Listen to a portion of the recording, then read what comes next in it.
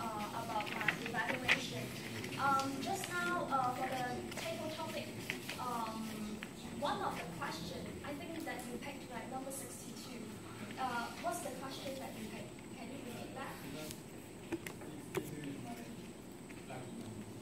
Okay, yeah, but I'm interested in the question, not the number. Yeah, the question that you got was the most important decision, yeah, that you ever make. Yeah, I think that every time when I stand up here, I feel a little bit nervous. All right, yeah, because I have so much that I want to say, but I cannot tell you everything that I'm thinking in my head. So it's like every time when I'm standing up here, and I'm not supposed to give a lecture, yet I'm so used to giving a lecture. Yeah, so that's why I have to make decision what to tell you. All right. So I think the first two times I focus more on the weaknesses of your speech, but what I want to tell you is that don't hate me, because I think all of you are good speakers, fantastic speakers. All right, yeah, in here. Although maybe I don't have that much of time, okay, to give you compliment or maybe to praise your speech. All right, but yeah, actually, I admire all of you. All right, so please keep that up. All right, and then about the opinion that I give you. Now, I hope that maybe some of you know me in here. All right, that I'm an English teacher in Donghua, but then it's like I'm not the judge for this English class. Okay, so don't take my opinion as some kind of, especially the negative part, don't take it as criticism. I don't mean to criticize your speech. Basically, I'm just pointing out maybe some of the weaknesses and then, give you some advice or suggestions. All right, and you are always free to choose whether you want to follow my opinion or not. All right, and then as a language evaluator, so I think I still have a little bit of this confusion between the general evaluator and language evaluator. It's like, aren't we the same? It's like, I don't know. All right, now, I consulted Leslie, all right, and she said that, well, maybe you can comment more on the grammar or maybe the vocabulary, all right, yeah, and maybe even the pronunciation. Now, one thing I want to share my opinion about the pronunciation, all right, maybe some of you struggle or maybe you pay a lot of attention on the pronunciation. Basically, in my classes, some of the students, they tell me that, Celia, my English is poor. Because for my class, especially the English communications, basically, I just teach them how to do a presentation, like what we do for the manual speech. And then it's like some of the students, they even tell me I'm poor in English, so please don't ask me any questions after my presentation. So this is what they tell the class, all right, at the beginning of their speech. And then it's like, now, what I want to say, now, I have some thoughts about the pronunciation. Let's take a look at, don't look at English, let's take a look at Mandarin Chinese. Now, I believe there are two sets of standard pronunciation of Mandarin Chinese. One is Taiwan standard, and the other one, the mainland Chinese standard, right? So we have Guoyu and Tonghua, all right? Yeah, and then, so like, just take for example, danger, all right? I mean the term danger. In Chinese, for Taiwanese, how do you say it? 危险, right? And I believe there are some, you're from mainland China, right? And so danger in Putonghua is 危险, yes. All right, 危险. Now, so which one is correct? 危险 or 危险? Now, I can tell you, Mandarin Chinese is not my mother tongue. I'm confused. I don't have a mother tongue now. All right, yeah. Sometimes I'm better speaking Mandarin Chinese. Sometimes I'm better speaking in English, and sometimes I'm better speaking in Cantonese. But I don't know which one is my first language. It's like now I don't have one. All right, yeah. So anyway, what I want to point out is that we have different sets of standards. All right, and 危险 or 危险. All right, like for example, 时期, right? Taiwanese 时期, period, and then 时期. Am I right? The first 时期, yeah, for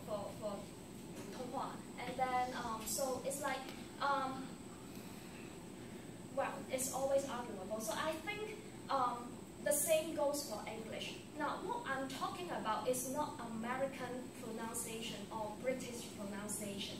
All right. What I'm talking about is whether it is okay to have your own standard of pronunciation. That means, like, for example, like some of the Japanese, like take a look at Japanese speaker, or maybe some of the mainland Chinese speaker who give English speech, like Ma Yu. You know Ma Yu, right? So he's the CEO of Alibaba. Yeah. So it's like they speak with their own accents, but yet they are very good English speaker. So what my opinion about pronunciation is that it's okay to have your signature in your speech. Yeah. So that's why I feel comfortable having Taiwanese accents. All right. Yeah. But of course, we need to know the acceptable range. Like, just take example. I think I mentioned this 2 weeks ago. This one, time. So we have an M here, but then it's like a lot of Taiwanese, they will say something like time. Now, time. So Mongolian accent, time. Yeah. Mainland Chinese accent, time. All right. Hong Kong accent, time. All right. So it's like what I'm trying to say that if you pronounce as time, as long as your lips, all right, can touch one another, all right, your upper lip and your lower lip, all right, can touch each other, then I think that will be okay. But then it's like if you pronounce it as time, take it as an N, so that is not acceptable because that may cause confusion. Yeah. So I'm taking whether your pronunciation is acceptable or not is from communication point of view, whether the audience will understand you. All right, like for example, another example, British and American English. So we have a word, this one. So the British can't, right? And then the American can't. All right, but sometimes in the speech, all right, I mean, not you, I mean maybe from outside. And then they will say, she can do that. She doesn't know how to do it, that's why she can do that. And I thought, what? She can't do that. All right, yeah, so it involves intonation.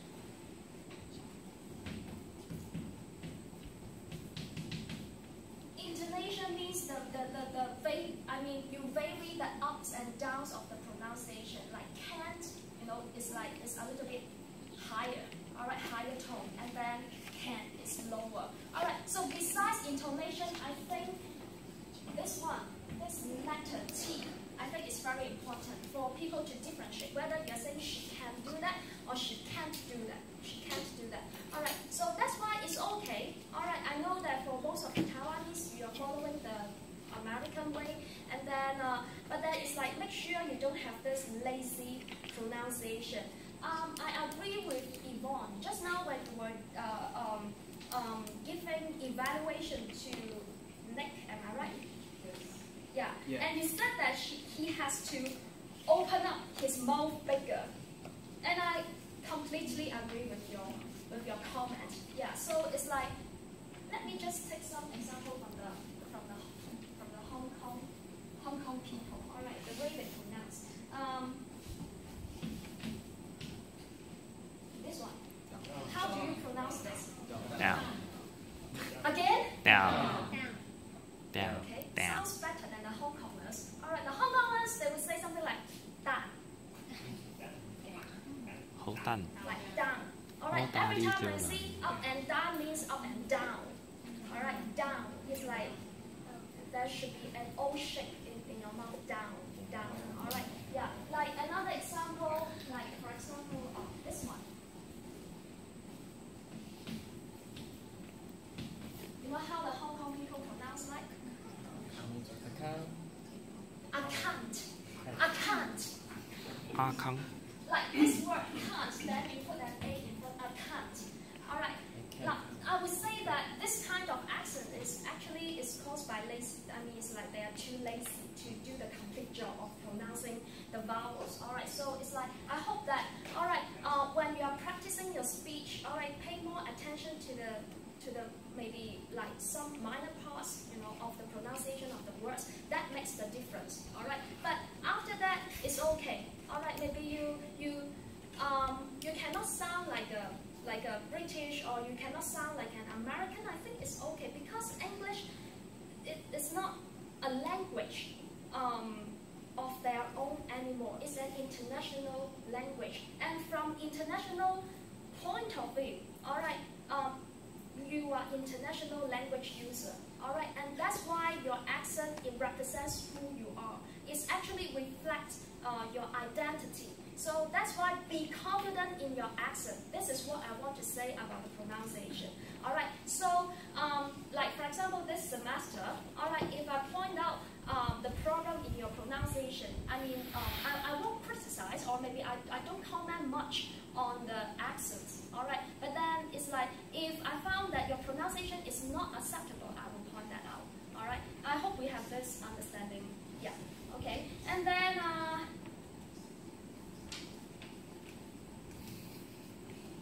Actually, I have written a lot in here. Okay, maybe the one last part. All right.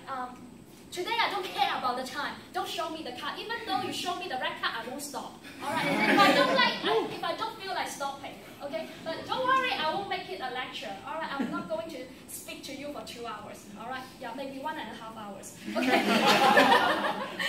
All right. And then okay, another one. All right. Maybe you can improve on this. Chunking. All right. Chunking means now whenever we are speaking, all right, whether it is a conversation or whether it is presentation, all right, we will stop in between sentences, right? So it's like, especially when you finish one part of the sentence, then you'll stop for a while, maybe 1 or 2 seconds, then you move on. All right, and then so the pauses that you stop, we call that chunking. All right, and now what I'm thinking is that you should, especially for the beginners, all right. I think the advanced speakers, I don't have much to teach you.